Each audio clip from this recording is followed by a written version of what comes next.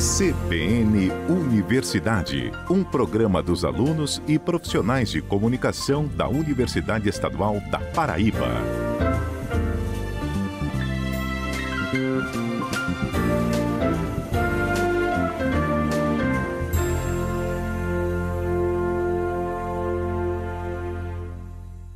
Olá, bom dia! Estamos no ar com o CBN Universidade deste sábado. Eu sou Natasha Leone e até às 10 horas da manhã você fica por dentro do que é notícia na Universidade Estadual da Paraíba. E já vamos saber o que tem de destaque no programa deste sábado. Consune da UEPB aprova a criação de 3 novos cursos na modalidade à distância na instituição. A gente traz os detalhes sobre 2 pesquisas que estão sendo desenvolvidas na Universidade Estadual da Paraíba. Uma com alimentos funcionais a partir de ingredientes do semiárido paraibano e outra que tem mapeado o uso de agrotóxicos por agricultores do Cariri do estado. A Pró-Reitoria Estudantil está oferecendo 650 bolsas de auxílio para estudantes da graduação. Luciano Nascimento participa com a gente no quadro Direito e Cidadania. Na coluna de hoje, exercício ilegal de profissão. Tem oportunidade para professor visitante no programa de pós-graduação em desenvolvimento regional pela UEPB. E ainda um projeto de extensão da UEPB que tem mapeado os danos à saúde de pequenos produtores que fazem uso de agrotóxico no município de Buqueirão. O UEPB realiza evento de preservação do verde urbano. E no quadro Saúde A deste sábado, a gente fala sobre os benefícios de cultivar plantas em casa. Fica sintonizado aqui na 103.5 que o CBN Universidade está apenas começando.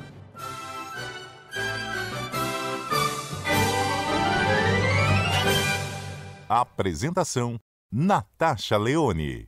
E a gente já inicia com informação para os estudantes da UEPB. Com a retomada das atividades presencialmente na instituição desde o dia 25 deste mês, a Pró-Reitoria Estudantil finalizou o Auxílio Conectividade, que beneficiou mais de 6.800 alunos com bolsas para compra de equipamento eletrônico ou para contratação de serviço de internet durante o período de aulas remotas. Agora, a Proeste divulgou editais com 670 vagas para os programas de assistência estudantil da UEPB. São editais para o restaurante universitário, para Bolsa Alimentação, Bolsa Manutenção e Bolsa Manutenção Parcial.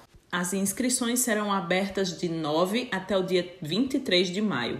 A Pró-Reitora Estudantil, Núbia Nascimento, enviou um áudio para a nossa produção. Vamos ouvir.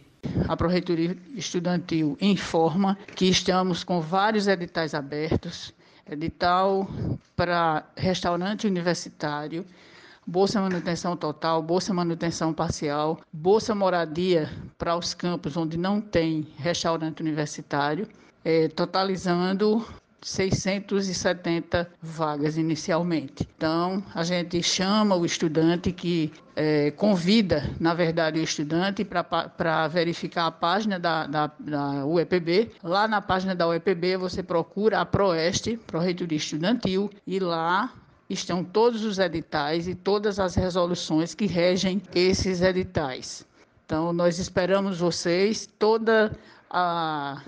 As inscrições acontecerão presencialmente aqui na Pró-Reitoria Estudantil, no prédio da Administração Central, e leiam o edital. A gente aconselha, pede ao estudante que leia o edital para ver qual programa que ele pode pleitear a vaga. Então, nós estamos aqui de portas abertas, coração aberto para recebê-los. Sejam todos muito, muito bem-vindos. Essa casa é de vocês. Um abraço a todos e boa sorte. Agora é hora da participação de Luciano Nascimento aqui no CBN Universidade. Neste sábado ele fala sobre exercício ilegal da profissão. Direito e Cidadania, com Luciano Nascimento. Bem, ouvintes, a coluna de hoje ela tem uma motivação, uma justificativa, que é representada no recente episódio, no recente caso do falso médico em São Paulo, que amputou a perna de uma vítima de um acidente na rodovia Dutra, no quilômetro 230. Rodovia esta privatizada, portanto, tem uma concessionária que administra a rodovia Dutra e, na ocorrência de acidentes, portanto, a responsabilidade para o socorro passa a ser, portanto, do gestor ou da gestora da rodovia.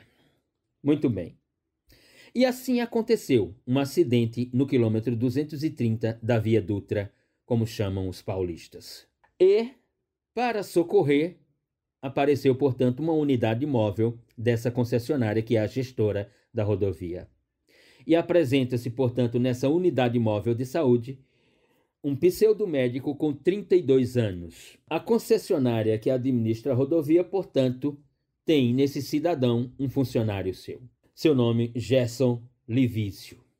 Só que o denominado pelos meios de comunicação social de falso médico tem apenas o curso de socorrista. Mas quando, do caso concreto, na autuação, no socorro às vítimas, ordenou a amputação de um motorista de caminhão, de um caminhoneiro. Só que esse cidadão usava um diploma falso para exercer a medicina. O seu CRM é de um médico já falecido. Enfim, o caso foi denunciado ao Ministério Público Federal e Gerson Livício foi detido na cidade de Pindamonhangaba. O intitulado pelos meios de comunicação social de falso médico trabalhava na equipe de socorro da concessionária da rodovia Dutra há 4 dias apenas. Mas que é exercício ilegal de profissão? Ora, essa é uma conduta ilícita, portanto, tipificada na legislação brasileira como contravenção penal em uma determinada estrutura normativa, em uma lei, e como crime no Código Penal Brasileiro, Decreto 2848 de 1940. O artigo 47 da Lei de Contravenções, a Lei 3.688 de 1941, diz que exercício ilegal de profissão é exercer qualquer ofício, qualquer mister, qualquer profissão esta regulamentada por lei, sem ter a formação específica ou sem ter a habilitação. Ou seja, aquele que exerce a função de médico sem ter um CRM, aquele que exerce a função de advogado sem ter o exame de ordem, sem ter sido aprovado no exame de ordem, ter uma carteira da Ordem dos Advogados do Brasil, e assim por diante. O artigo 47 da Lei de Contravenções traz uma sanção, uma penalidade de prisão simples de 15 dias a 3 meses de detenção e multa. O que significa dizer que não haverá prisão pela ideia normativa do artigo 47 da Lei de Contravenções Penais. Por quê? Ora, ouvintes, porque no direito brasileiro, para você cumprir pena, seja ela de detenção ou de reclusão, e quando falamos aqui detenção, é o cumprimento da pena privativa de liberdade em um estabelecimento prisional de média segurança ou em uma cadeia pública. Quando falamos do cumprimento da pena privativa de liberdade pela reclusão, é, portanto, o cumprimento da pena em uma penitenciária de máxima segurança. Diz o ordenamento jurídico brasileiro que só haverá cumprimento de pena privativa de liberdade, detenção ou reclusão a partir de uma condenação ou com uma condenação em que a prolação de uma sentença penal condenatória, estabeleça que a pena privativa de liberdade fixada é de 8 anos de reclusão. Ou seja, com 8 anos de reclusão, alguém vai para o regime fechado. Com uma pena de 1 mês a 4 anos, a pessoa ficará no regime aberto. Com uma pena de 4 a 6 anos, a pessoa ficará no regime semiaberto, ou seja, livre durante o dia, retornando à unidade prisional e passando a noite lá. Portanto, podemos interpretar que, pelo artigo 47 da Lei 3.688 de 41, o falso médico não cumprirá a pena privativa de liberdade. Pelo artigo 288 do Código Penal, que estabelece o exercício ilegal de profissão como crime ou delito, traz uma pena de 6 meses a 2 anos de detenção.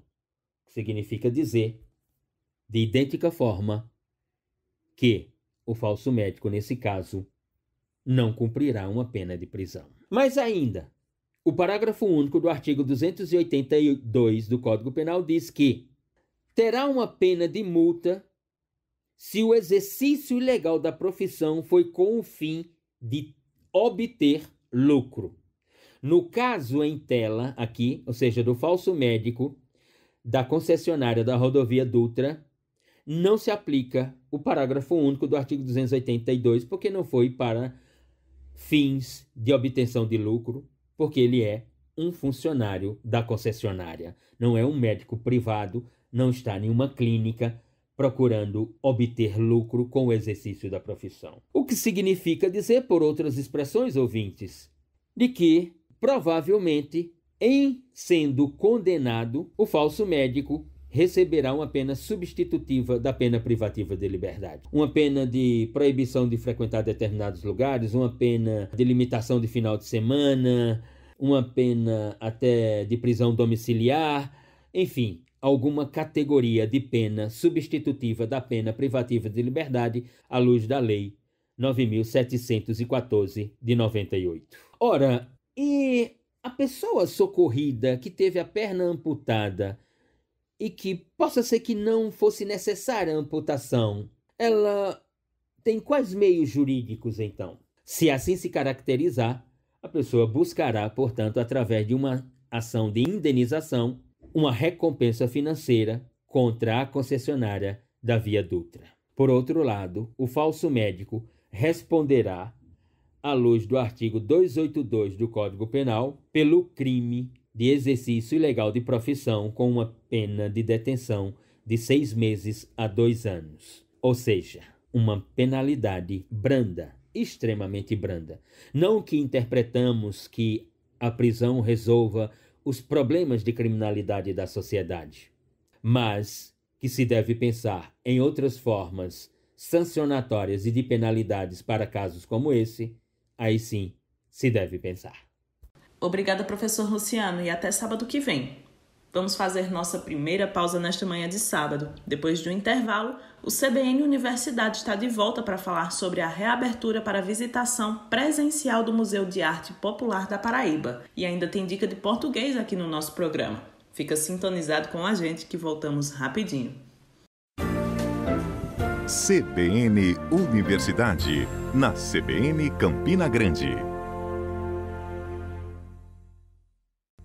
Voltamos com o nosso programa nesta manhã de sábado aqui na CBN Campina Grande, a rádio que toca notícia. E tem oportunidade para professor visitante no programa de pós-graduação em desenvolvimento regional pela UEPB. O edital é para um processo simplificado para professores, doutores ou livre-docentes com atuação na área do desenvolvimento regional, com foco nas 2 áreas de pesquisa do programa. De acordo com o edital, o candidato ainda precisa ter carreira acadêmica consolidada na área, experiência na elaboração e execução de projetos com financiamento de agências de fomento à pesquisa. As inscrições estão abertas até o dia 8 de maio e são feitas exclusivamente através da internet. No site da Universidade Estadual da Paraíba, o uepb.edu.br, você encontra o link da inscrição e os documentos exigidos no edital, que precisam ser enviados através de e-mail administrativo. O edital completo do processo simplificado para professor visitante do PPGDR da UEPB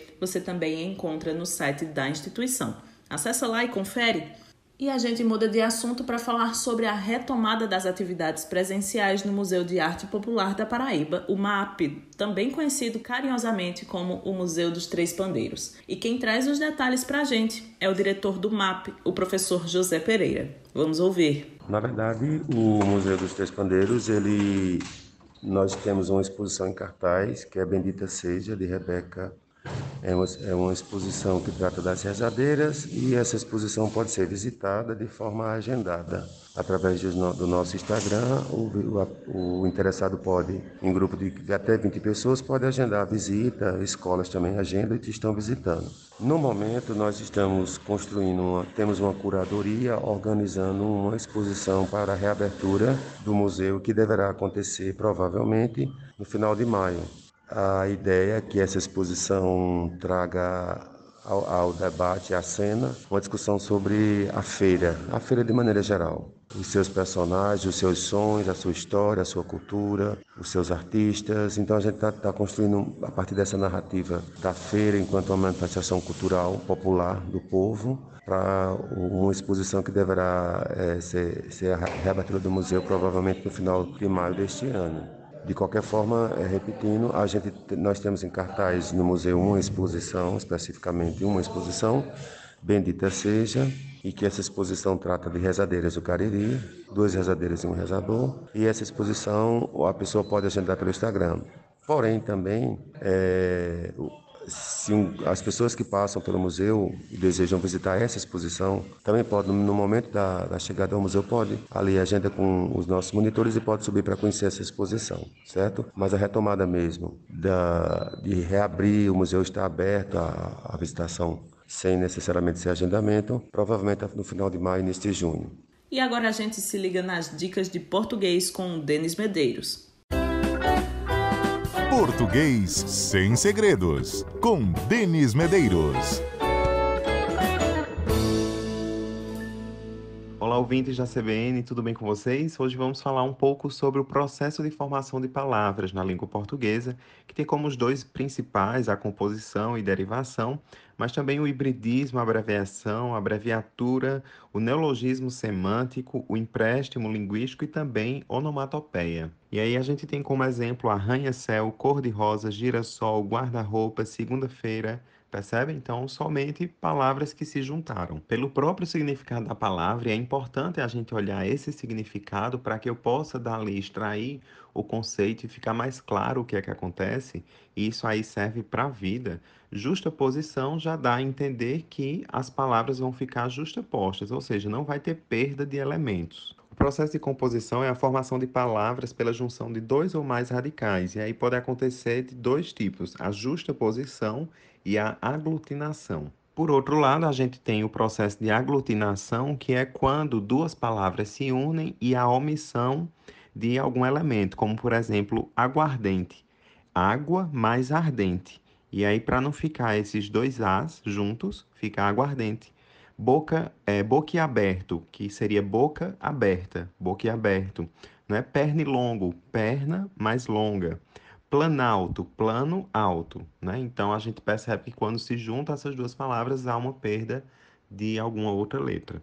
Um outro processo é o processo de derivação, que consiste na formação de palavras a partir de uma palavra pré-existente, uma palavra primitiva, né, por meio do acréscimo de afixos. Os afixos que são classificados como prefixos e sufixos. E aí, pela lógica, se existe uma palavra primitiva, eu coloco, né, um prefixo ou um sufixo, eu vou ter uma palavra derivada.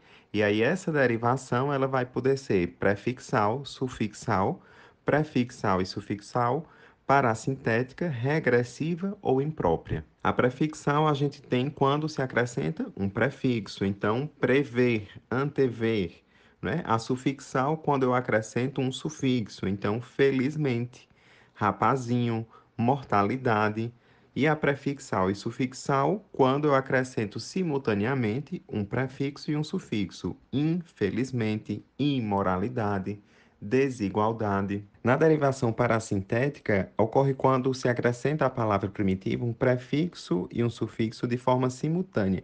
E aí a dica, a diferença para prefixal e sufixal é que, infelizmente, se eu tiro o in, fica felizmente. Se eu tiro o mente, fica infeliz. Já na parassintética, se eu retirar um prefixo ou um sufixo, não forma uma palavra que é reconhecida. Por exemplo, enriquecer. Se eu tiro o em, fica enriquecer, né? E essa palavra não existe. A derivação regressiva ocorre quando há uma retirada, né, de uma parte da palavra primitiva. Então, buscar, busca, sambar, samba, comprar, compra, certo? E a imprópria ocorre quando se tem uma formação de uma nova palavra, né, pela mudança da sua classe gramatical. Por exemplo, são bons meninos. Esse bons é adjetivo, é qualificando os meninos, né? Mas quando eu digo somente os bons vão para o céu, esse bons eu estou classificando como um substantivo. Né? Então, quando há essa diferença, né, de classe de palavras, aí essa conversão, então, é uma derivação imprópria.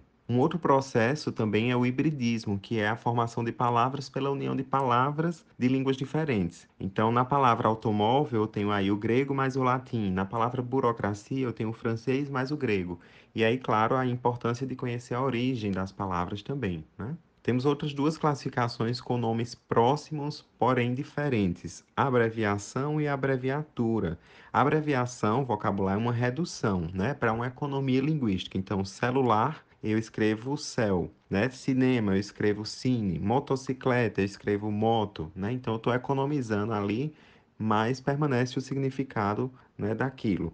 Já a abreviatura, né, são siglas. Então, por exemplo, o Instituto Brasileiro de Geografia e Estatística, o IBGE, a Universidade de São Paulo, a USP, a Universidade Federal de Campina Grande, né, a UFCG. E aí, finalizando, a gente ainda tem 3 classificações mais breves, como, por exemplo, o neologismo semântico, que é uma palavra que já tem um significado, mas adquire um novo significado, como, por exemplo, legal, né? Legal que é estar de acordo com a lei, né? Mas a gente também passou a utilizar o legal como uma pessoa legal, uma pessoa boa, uma pessoa bacana, né? O empréstimo linguístico, que é também conhecido como estrangeirismo, é quando justamente a gente pega uma palavra, né, de outra língua e faz uma alteração ali na grafia e passa a utilizar o purê, né, que vem do francês, o shampoo, que vem do inglês. E por fim, a onomatopeia, que é a formação de palavras procurando imitar ou reproduzir alguns sons, alguns ruídos, né? E aí, como exemplos, a gente tem o bem-te-vi, o zum-zum, o cri-cri, o tic-tac do relógio, certo? Então é isso, pessoal. Mais um conteúdo aí, não só para quem está estudando para Enem, vestibulares, concursos, né, que é muito importante esse assunto, mas também para todos aqueles que valorizam a nossa língua portuguesa, né? Quem está nesse processo, eu queria deixar aqui uma frase de Martin Luther King, né, ativista e político estadunidense, que diz: não é necessário ver toda a escada, apenas dê o primeiro passo. Beleza? É isso, um abraço, bom fim de semana e vamos em frente.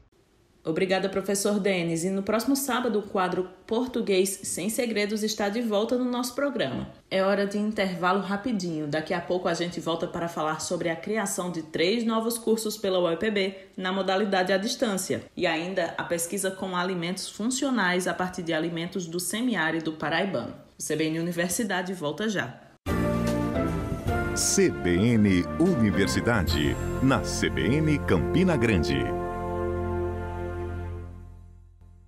CBN Universidade de volta e com mais notícia boa por aqui. É que o Conselho Universitário da UEPB, o CONSUNE, aprovou a criação de 3 novos cursos na modalidade à distância na instituição. São os cursos de licenciatura em Filosofia, em Letras, com dupla habilitação, Espanhol e Português, e ainda licenciatura em Pedagogia. As propostas já foram encaminhadas para a ProEAD, que é a Pró-Reitoria de Ensino Médio, Técnico e Educação à Distância da UEPB. De acordo com a pró-reitora, a professora Vaneide Lima, esses novos cursos vão atender uma demanda do nosso estado para a qualificação de professores da educação básica aqui da Paraíba. E vale destacar que os cursos presenciais serão mantidos e os novos na modalidade EAD não serão contínuos, mas com a garantia de formação de turmas com início e fim. Os 3 novos cursos à distância pela UEPB serão financiados totalmente pelo governo do estado da Paraíba. Que bom, não é mesmo? Mais uma oportunidade de qualificação dos professores da educação básica que deve refletir em melhores condições para a educação dos pequenos paraibanos. Agora a gente traz uma reportagem da Estela Costa que fala sobre o estudo de alimentos que usam ingredientes encontrados no semiárido paraibano.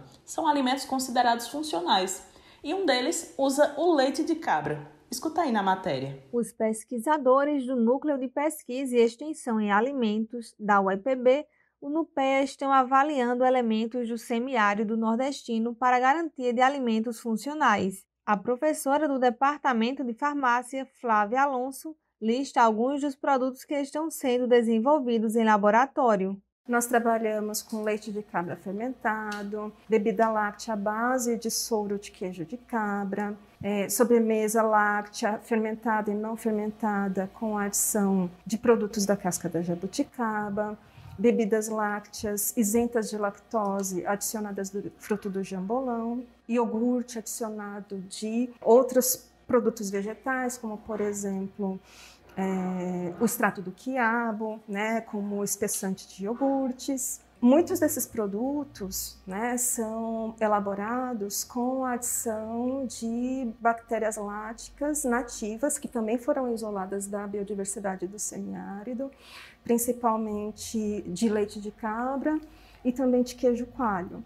Né? Essas bactérias láticas que foram selecionadas pelos nossos parceiros da Embrapa, elas apresentaram excelente potencial de sobrevivência ao trato gastrointestinal, que é justamente uma das premissas para micro-organismos probióticos, que eles precisam sobreviver às condições ácidas e também à passagem da bile quando chegam no intestino. As pesquisas são uma parceria com a Empresa Brasileira de Pesquisa Agropecuária, a Embrapa, e, de acordo com a professora da UEPB, tem mostrado viabilidade. Durante todo o período de armazenamento, esses probióticos se mantiveram estáveis. E nos ensaios de simulação das condições gastrointestinais que nós fizemos em alguns produtos, não todos, esses probióticos demonstraram que são realmente capazes de sobreviver a essas condições do estômago, né, que simulam o estômago, que simulam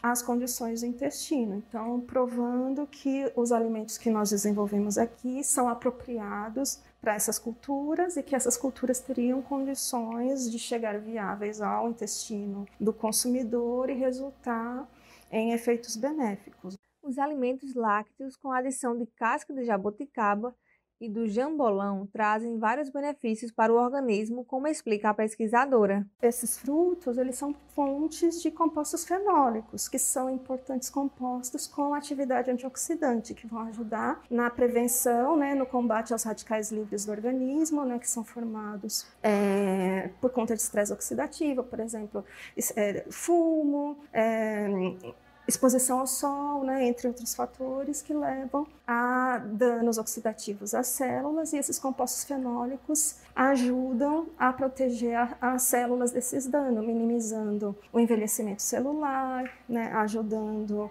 na redução do risco de doenças cardiovasculares, né, trazendo esses benefícios à saúde dos consumidores.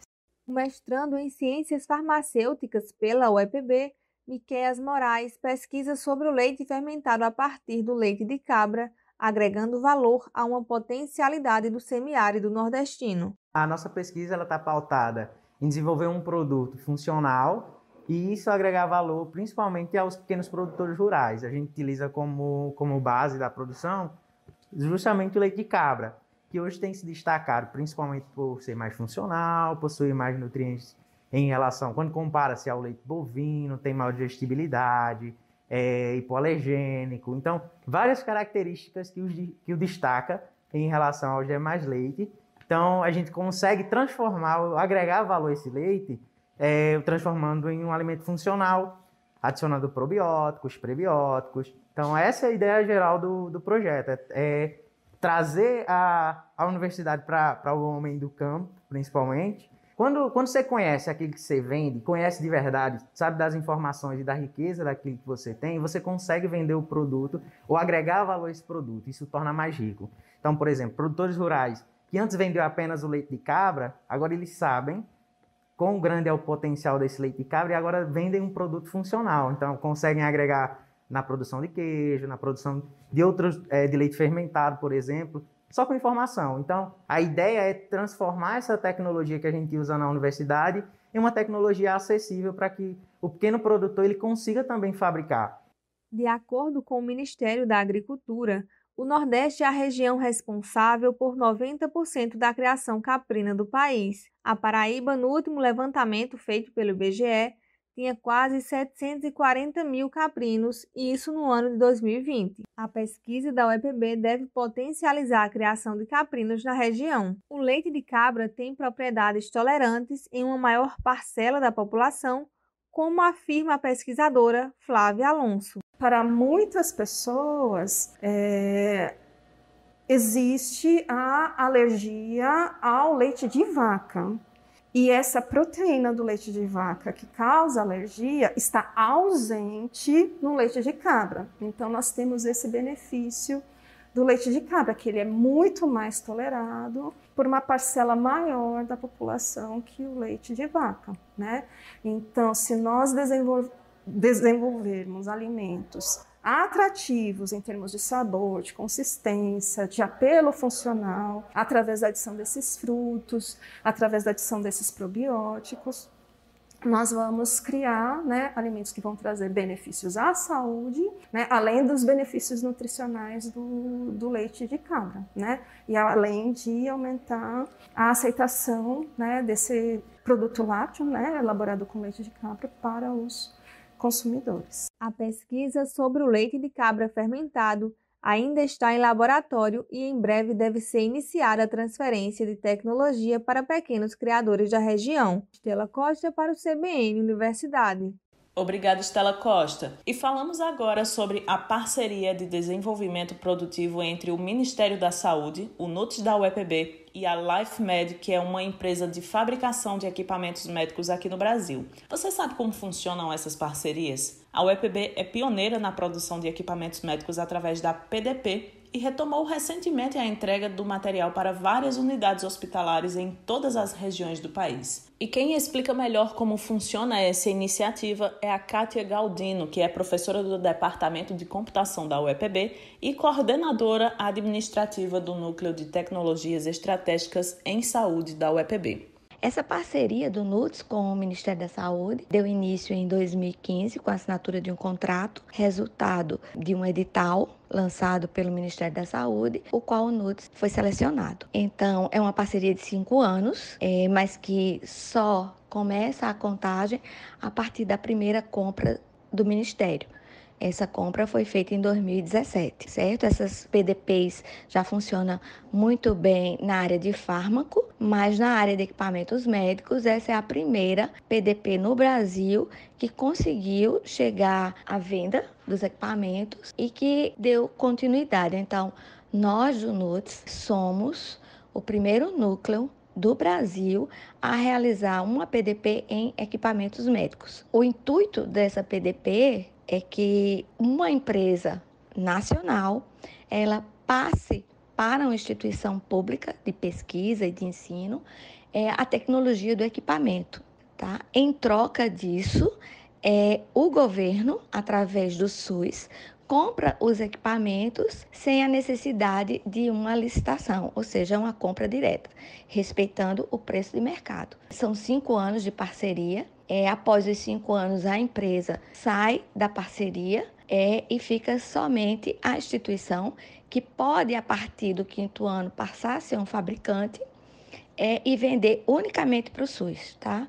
A gente não pode entrar no mercado, a gente só fabrica para venda para o governo, para o SUS. Essa parceria está sendo um sucesso. Em 2017 foram realizadas as primeiras compras pelo Ministério da Saúde. Na nossa PDP, os equipamentos que foram selecionados são monitores multiparamétricos, né, que são colocados nas UTIs dos hospitais, e os desfibriladores, que tanto podem ser colocados nos hospitais quanto nas ambulâncias do SAMU. Então, desde 2017, a gente entrega para o Ministério esses 2 equipamentos. Em 2020, com o anúncio da pandemia pela OMS, o Ministério nos procurou, querendo fazer mais compras, porém só dos monitores multiparamétricos. Por quê? Porque precisava equipar as UTIs diante do avanço da pandemia e do número de pacientes nas UTIs. Então, inicialmente, eles fizeram encomenda de 15 mil monitores, porém, essa venda não foi à frente. Depois, eles nos pediram de forma emergencial que a gente cedesse para eles 450 monitores, nos quais eles teriam que, em forma de urgência, entregarem em Santa Catarina, Mato Grosso do Sul, Amapá e Distrito Federal. Então, nós fornecemos em forma de antecipação de vendas 450 monitores. Foram feitas várias negociações e aí o Ministério informou que, além daqueles 450, precisaria adquirir mais 3.050. Então, ao final do ano de 2021, nós fechamos esse novo contrato com o Ministério da Saúde para a entrega de mais 3.050 monitores.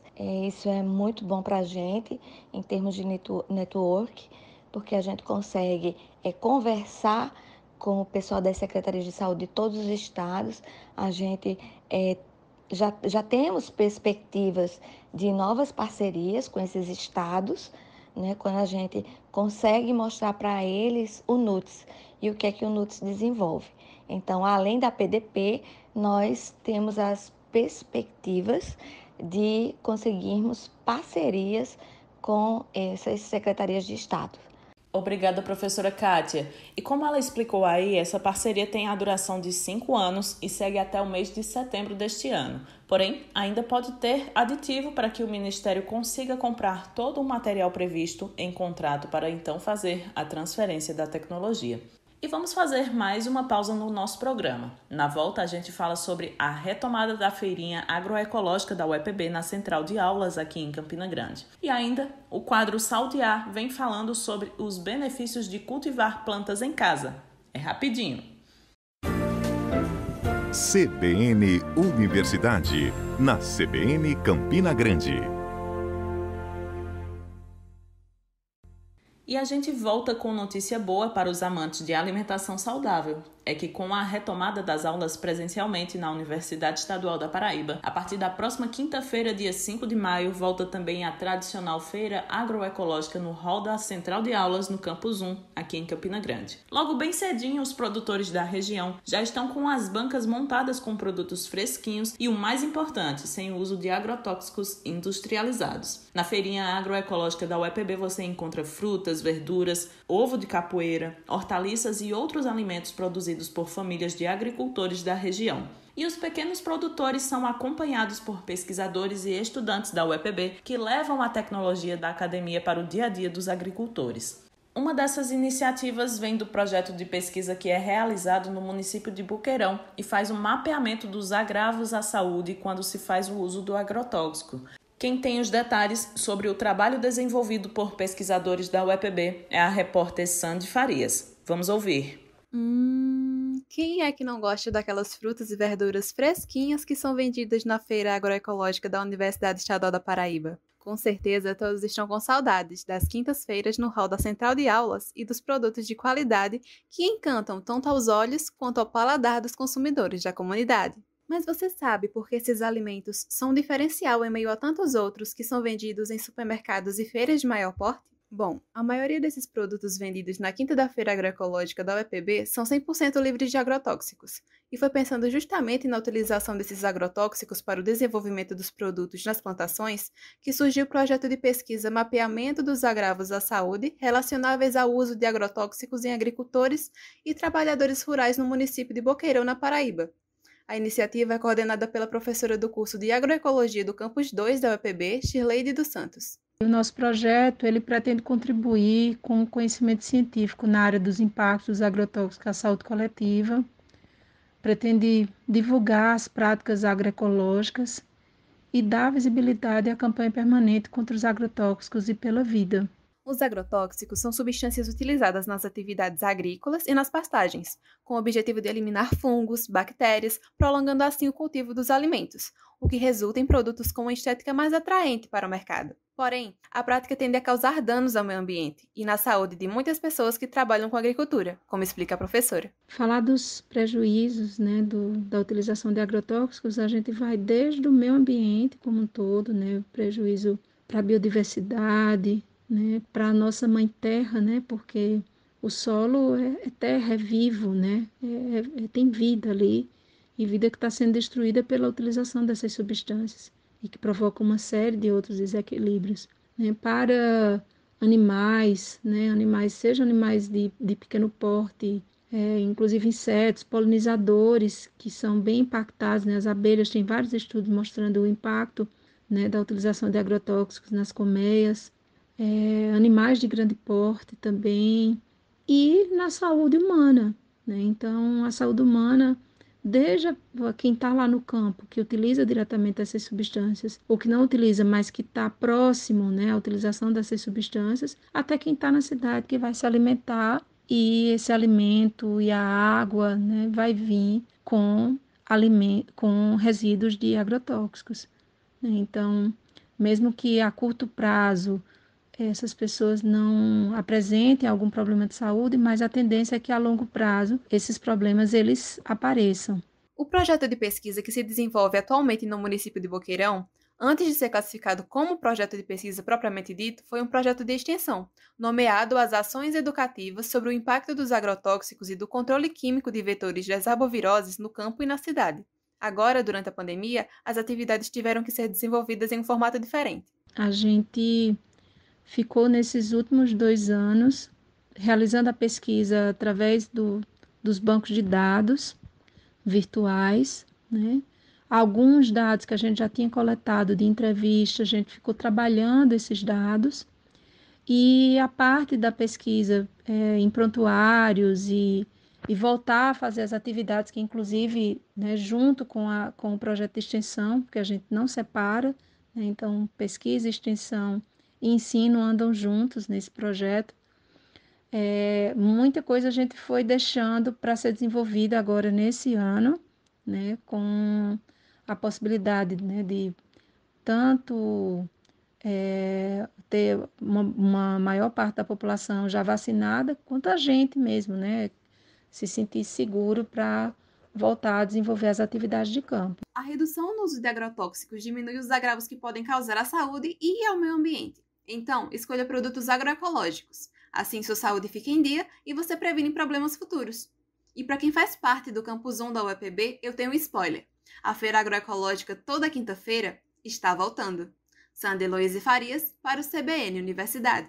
Obrigada, Sandy. E só reforçando que a Feira Agroecológica da UEPB no campus de Bodocongó retoma na próxima quinta-feira, 5 de maio. E na sexta, dia 6 do mês que vem, a UEPB promove o primeiro Encontro Estadual de Educação Ambiental sobre o Verde Urbano. O evento é uma iniciativa do Jardim Botânico da Universidade e deve abordar estratégias de utilização da educação ambiental para defender o verde dentro das cidades. O evento vai ser presencial no auditório da Federação das Indústrias do Estado da Paraíba, a FIEP, ali na Avenida Canal, a partir das 8 horas da manhã. O encontro é aberto ao público e de graça, mas é preciso fazer inscrição online. O link você encontra no site da universidade, o uepb.edu.br. E de acordo com a organização, será emitido o certificado para todos os participantes. A ideia do primeiro Encontro Estadual de Educação Ambiental sobre o Verde Urbano é dialogar com a sociedade para garantir um futuro mais saudável e sustentável para todos. Na programação do evento, estão previstas 4 palestras com pesquisadores renomados na área. O diretor do Jardim Botânico da UEPB, Arnaldo Bezerra, vai fazer a abertura do encontro. E ainda falando sobre verde, você já parou para pensar sobre os benefícios das plantas dentro de casa?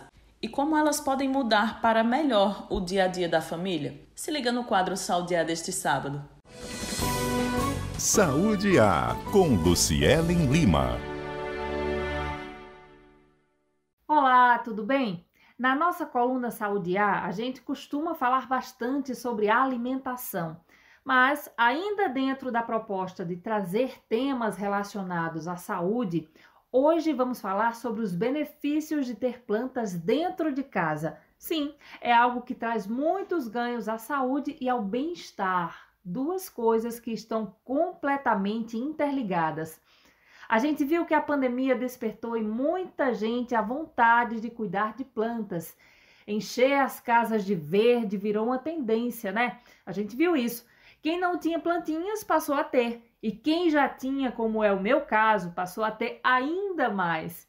Quem é que não virou aí o tio ou a tia das plantas, que chega ali na casa dos outros e sai de lá com uma mudinha? Eu mesma não vou mentir, virei essa pessoa aí. E vou dizer para você, não tem coisa melhor. Para quem tem um pedacinho de terra no chão do quintal ou no jardim, os benefícios das plantas são bem conhecidos. Dão sombra, atraem pássaros, borboletas e insetos que mantêm o equilíbrio ambiental, embelezam, fazem uma barreira contra a poluição sonora, retém partículas de poluição do ar e por aí vai, são muitos benefícios. Mas quem não tem onde plantar no chão, os vasos resolvem o problema. Na minha casa é assim, tudo na base do vaso. Muita gente gosta de ter ali uma hortinha na cozinha, né?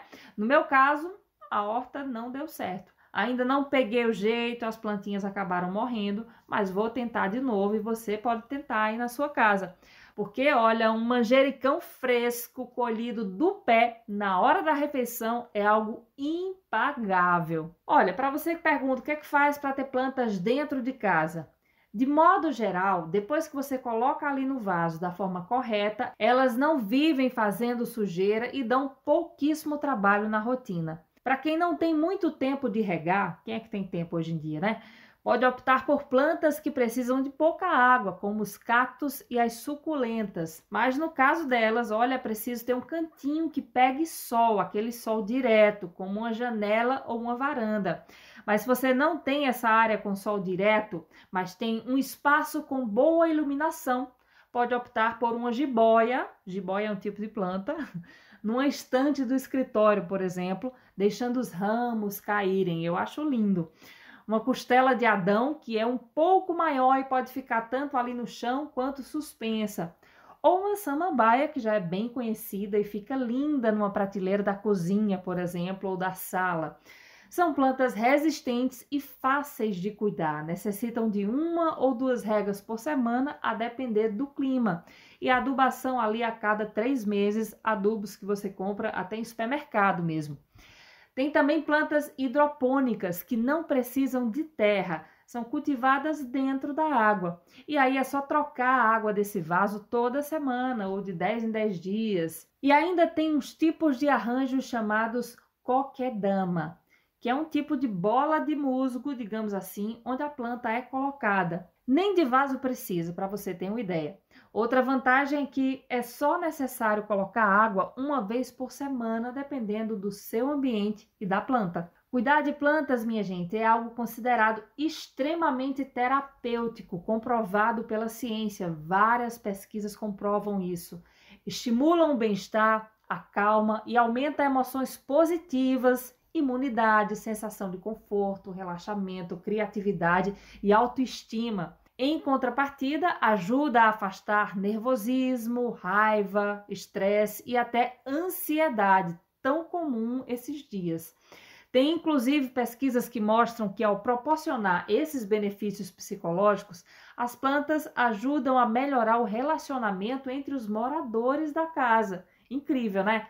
E para quem tem criança em casa é uma maravilha. Promover essa interação com a natureza vai ajudar no desenvolvimento delas e pode ser uma atividade de lazer que acalma, ajuda a formar cidadãos mais conscientes e mais sensíveis com a natureza, algo que tanto estamos precisando para a sustentabilidade da nossa casa, que é o nosso planeta Terra.